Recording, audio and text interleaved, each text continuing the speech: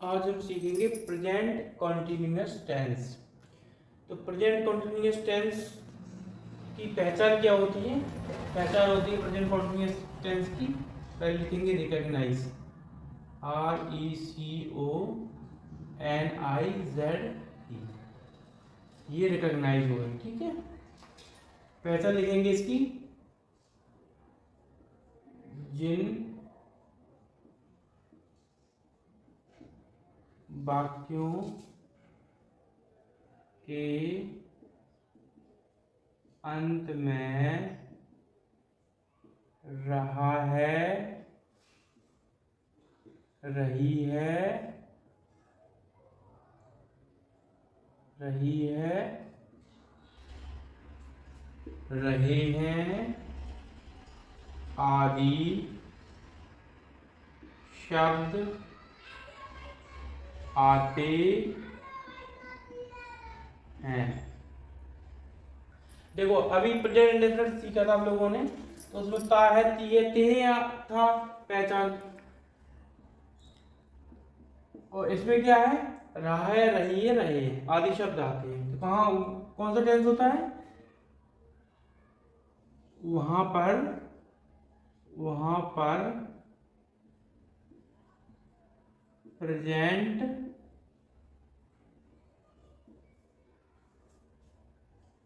Continuous tense होता है।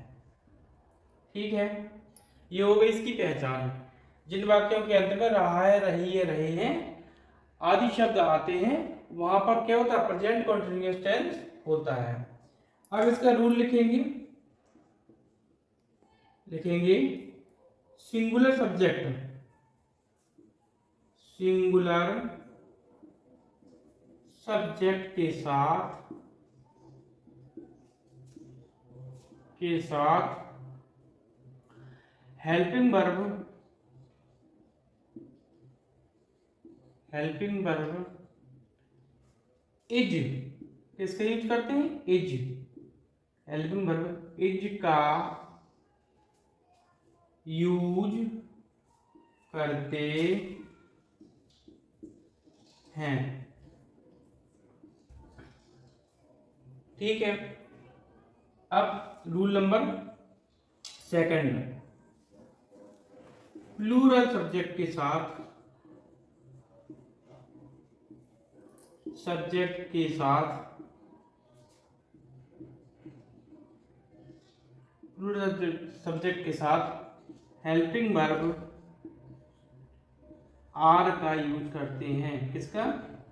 Are का यूज करते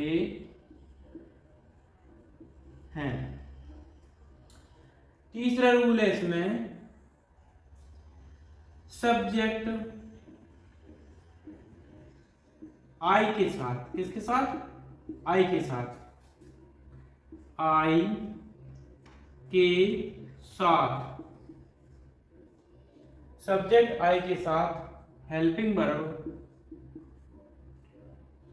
एम का यूज करते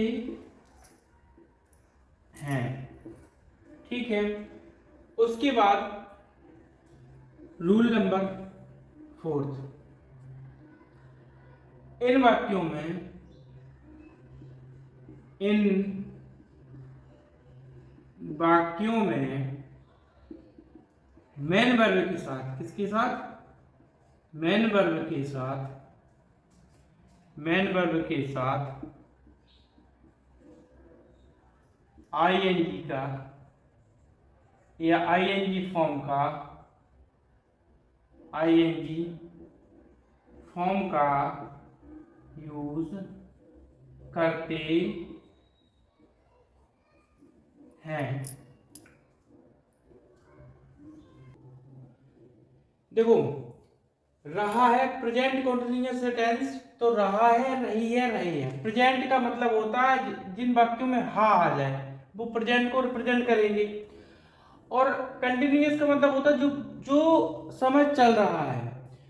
तो रहा है, रही है, रहे हैं, तो जो समय चल रहा है वो प्रेजेंट कंटिन्यूअस में आ जाएगा। अब रूल पहला, सिंगुलर सब्जेक्ट के साथ हेल्पिंग वर्ब इज का यूज करते हैं। ठीक है, जो सिंगुलर सब्जेक्ट होते हैं, सिंगुलर सब्जेक्ट कौन कौन है? जैसे ही, जैसे सी, जैसे इट, या किसी का नाम, किसी का नाम, जैसे सीता, गीता, मोहन, सोहन, इस प्रकार से जैसे किसी का नाम आ जाए तो ये सिंगुलर सब्जेक्ट हो जाते हैं। कौन कौन सब्जेक्ट हो जाएंगे? ये सिंगुलर सब्जेक्ट हो जाएंगे। प्लूरल सब्जेक्ट के साथ में हेल्पिंग वर्ब आर का यूज करते हैं। इसमें आई प्लूरल में नहीं आती है, तो इसमें आई को छोड़ करके यू, वी, दे, अगर सब्जेक्ट मिलता है तो हम किसका यूज करेंगे? आर का यूज करेंगे। और जब सब्जेक्ट आई आता है, आई मैक की इंग्लिश होती है आई के साथ में किसका यूज करेंगे? हेल्पिंग वर्ब एम का यूज करते हैं। और मेन वर्ब जब आएगा, मेन वर्ब का मतलब हिंदी शब्दों में जिसके अंदर में ना आए, जैसे बनाना, खाना, पीना, सोना, रोना, धोना, तो उसमें मेन वर्ब के साथ में किसका यूज करेंगे? हम आईएनजी फॉर्म का यूज करेंगे। आईएनजी फॉर्म का यूज करेंगे। अब कुछ एग्जाम्पल से हम टेंस को समझते हैं। जैसे वह बाजार जा रहा है, तो वह क्या है? वह सिंगुलर सब्जेक्ट है, ही। अब सिंगुलर सब्जेक्ट के साथ में क्या बताया जाता है? हेल्पिंग वर्ब इज का यूज करेंगे, तो हेल्पिंग वर्ब इज हो गई। जाना, जाना क्या हो गया? मेन वर्ब हो गया। तो गोइंग, कहाँ जा रहा है? बाजार जा रहा है, टू मार्केट। ठीक है, इसके बाद में हम एक एग्जांपल लेते हैं प्लूरल का। जैसे बे बाजार जा रहे हैं, तो बे बाजार जा रहे हैं, तो बे क्या हो जाएगा? प्लूरल सब्जेक्ट हो जाएगा। तो क्या लगाएंगे? They are going to market.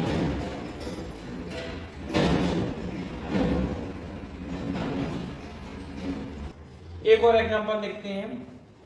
मैं बाजार जा रहा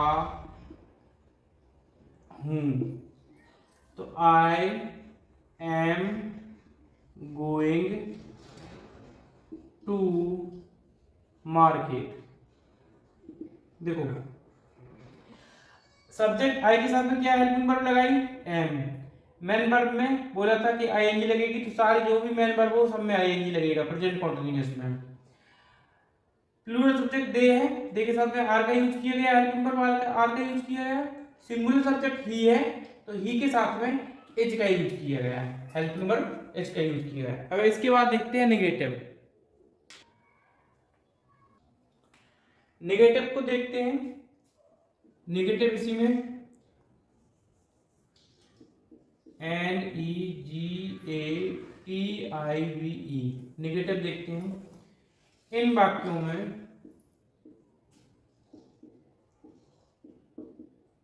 जब वाक्य में नेगेटिव या नकारात्मक, वाक्य में नकारात्मक शब्द लगा हो तो इसकी अंग्रेजी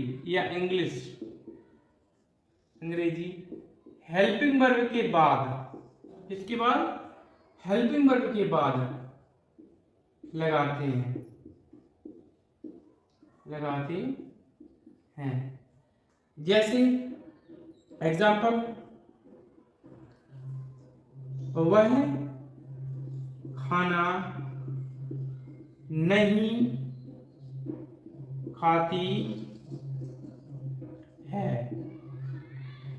तो वह खाती है, तो क्या है यहाँ सी का यूज होगा, she is not eating the food. ठीक है, अब बे खाना, ऐसा करो हम कर लो, यहाँ पे हम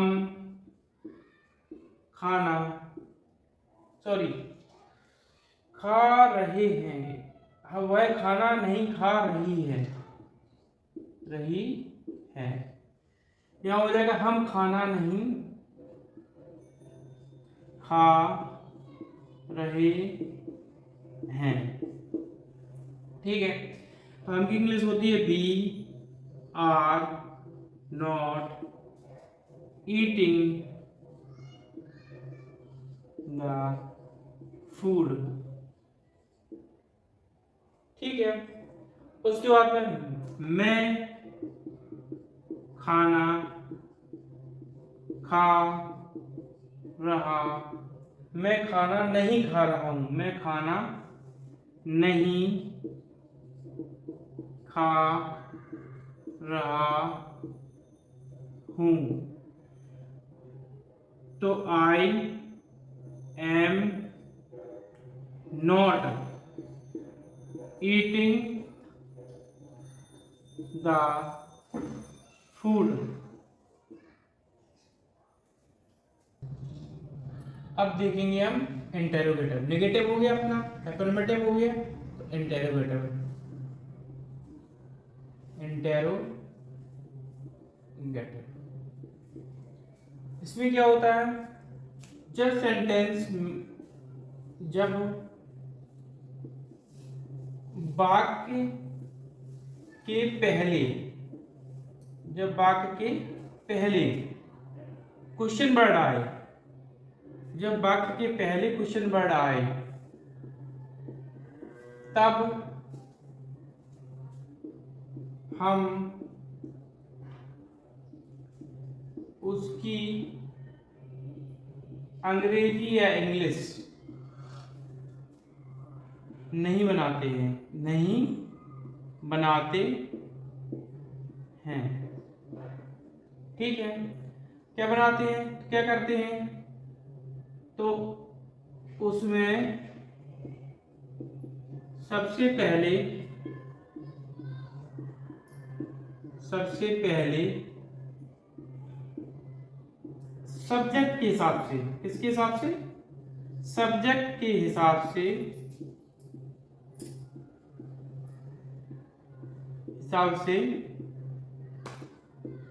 हेल्पिंग वर्ब का यूज करते हैं। किसका करते हैं, हेल्पिंग वर्ब का यूज करते हैं। जैसे एग्जांपल आप तुरंत देख लो, जैसे क्या वह पानी पी रहा है, तो सब्जेक्ट क्या है, सिंगुलर है, तो सिंगुलर के हिसाब से क्या लगाएंगे, इज लगाएंगे, is he drinking the water. ठीक है, is he drinking the water. अब इसके बाद में जब वाक्य में,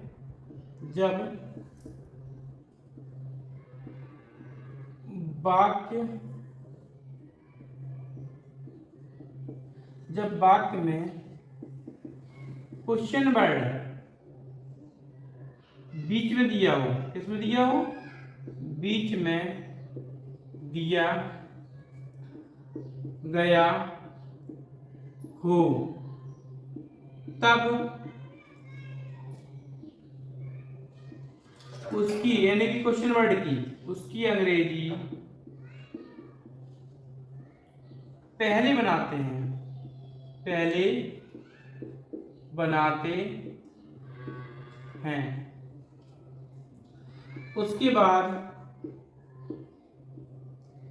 बाद सब्जेक्ट के हिसाब से, सब्जेक्ट के हिसाब से हेल्पिंग वर्ब लगाते हैं, फिर सब्जेक्ट का यूज करते हैं। किसका यूज करते हैं? सब्जेक्ट का यूज करते हैं। एग्जाम्पल, वह बाजार क्यों जाता है? तो ही, भाई में क्या चिल्लाने लगी है तुम? क्यों नहीं, वह बाजार क्यों जा रहा है? तो ही, अरे पहले क्या करेंगे? Question word. तो क्वेश्चन वर्ड बीच में दिया गया है तो इसकी इंग्लिश पहले बनाएंगे। Why is he going to market. ठीक है, पहले क्वेश्चन वर्ड दिया गया है इसलिए इसकी इंग्लिश पहले बना दी गई है। फिर हेल्पिंग वर्ब का यूज किया गया है। फिर सब्जेक्ट दिया गया है सिंगुलर सब्जेक्ट के हिसाब से इसकी ये हेल्पिंग वर्ब लगाई गई है। फिर main verb going to market, double interrogative.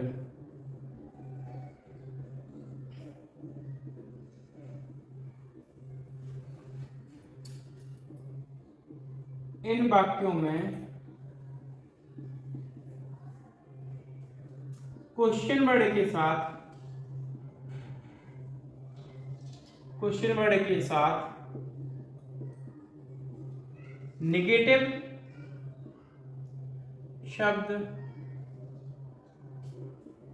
भी जुड़ा रहता है। जैसे वे बाजार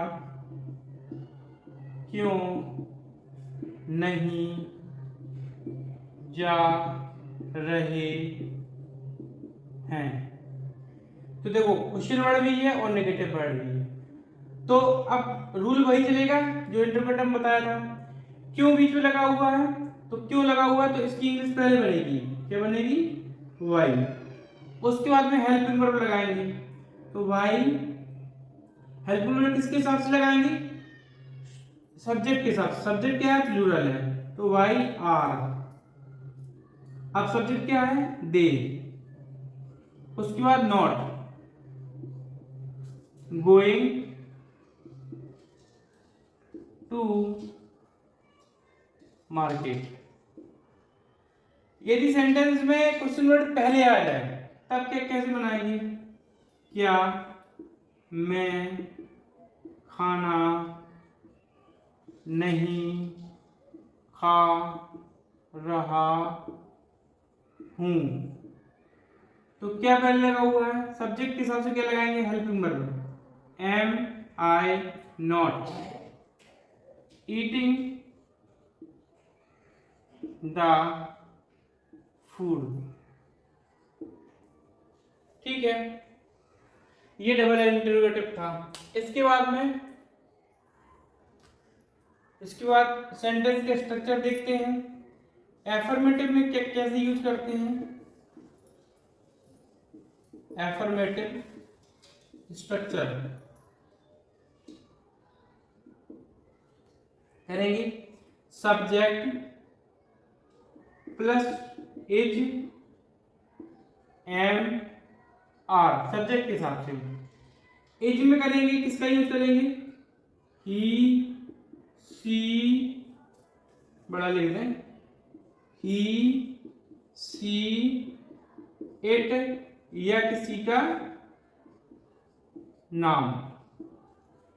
एम में आई, आर में क्या करेंगे? वी, यू और दे। इसी हिसाब से सब्जेक्ट, सारे सब्जेक्ट का सब्जेक्ट के हिसाब में हेल्पिंग वर्ब का यूज होगा। तो subject plus is am are plus main verb में क्या, आईएनजी, मेन वर्ब में ING plus object plus other word. ठीक है, ये अफर्मेटिव का ना। अब नेगेटिव का,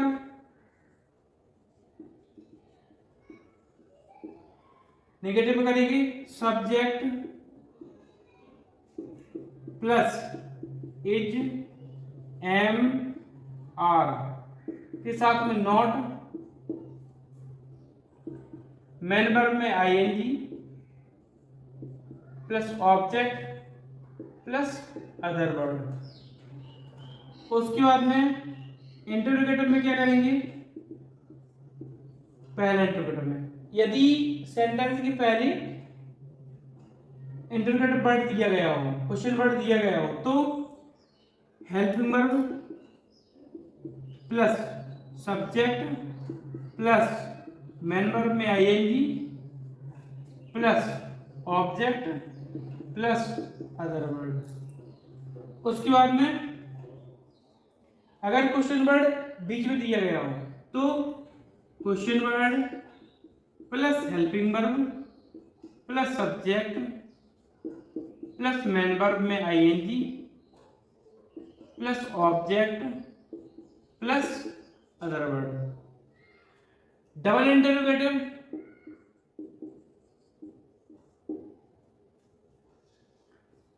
हेल्पिंग वर्ब ऐसे ही बनेगा, helping verb plus subject plus not plus main verb में ING plus object plus other word.